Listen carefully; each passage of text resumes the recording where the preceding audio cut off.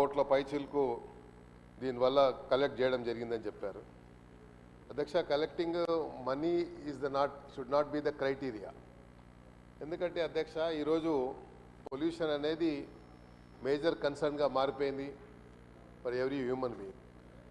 అలాంటప్పుడు ఏ వెహికల్స్ అయితే ఈరోజు ఫిట్నెస్ ప్రాపర్గా లేకుండా దానికి ఒక టైం లైన్ ఉంది. ఒక వెహికల్ 20 సంవత్సరాల తర్వాత దాని లైఫ్ కంప్లీట్ అయిన తర్వాత ఆ వెహికల్స్ని మళ్ళీ మనము బయటికి అంటే రోడ్ల మీదకి రాకుండా తీసుకోవాల్సినట్టు జాగ్రత్తలు చాలా ఉన్నాయి. అలా కాకుండా దాని ఫిట్నెస్ పేరు మీద మనం మళ్ళీ ఫిట్నెస్ చేసిస్తే మళ్ళీ ఆ వెహికల్ నడుపుకోవడానికి ఇండైరెక్ట్గా మనం ప్రభుత్వ పరంగా పర్మిషన్ ఇచ్చినట్టుగా ఉంటుంది.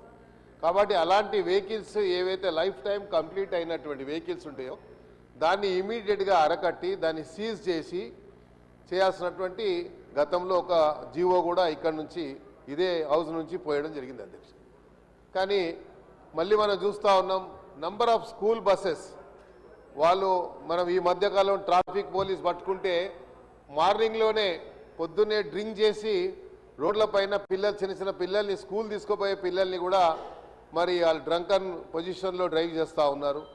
అలాంటి వెహికల్స్ కానీ అదేవిధంగా మెట్రో వాటర్ వర్క్స్లో కూడా చాలా వెహికల్స్ ఈరోజు కూడా ఏవైతే ట్యాంకర్స్ ద్వారా ఉంటాయో ఆ వెహికల్స్ అధ్యక్ష అది ఫిట్నెస్ అయిపోయిన దాంట్లో డీజిల్ బయటికి అంటే దాని పొగ బయటికి రావడం కానీ ఆ వెహికల్ కంట్రోల్ ఉండదు అధ్యక్ష. లోడ్ ఒకసారి దాంట్లో 10,000 లీటర్లో 20,000 లీటర్లో ట్యాంకర్ బయటికి వెళ్తే అది సడన్గా ఎక్కడైనా బ్రేక్ చేస్తే అది కంట్రోల్ ఉండదు.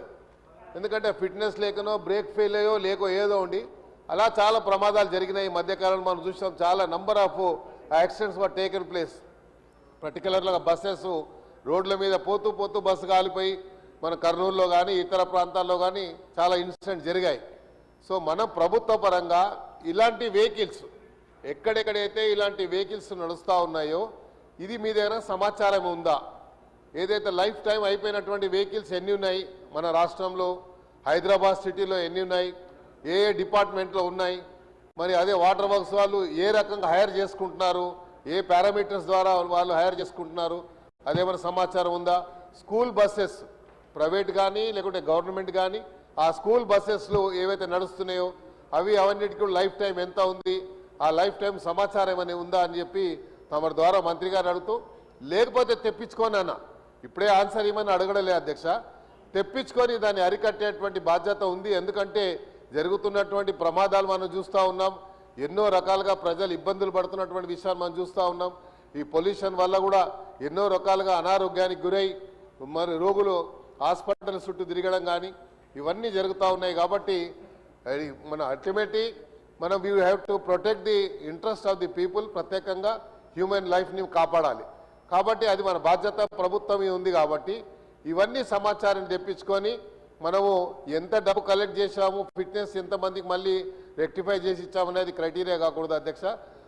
మన ప్రయారిటీ ప్రధానంగా ఈ లైఫ్ అయిపోయినటువంటి వెహికల్ని సీజ్ చేసేటువంటి ప్రయారిటీ ఉండాలి తప్ప దీనివల్ల ఆదాయం అనేది కాదు.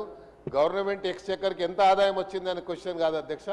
ఇది మనం అడికట్టాలని దీనికి సమాచారం తెప్పించుకొని మంత్రి గారు మీరు ప్రత్యేకంగా డిపార్ట్మెంట్ అందరితో ఒక రివ్యూ పెట్టుకొని తెప్పించుకొని వారి మీద చర్య తీసుకోవాలని తమ ద్వారా మంత్రి గారు కోరుతారు. Thank you. గౌరవ మంత్రి గారు.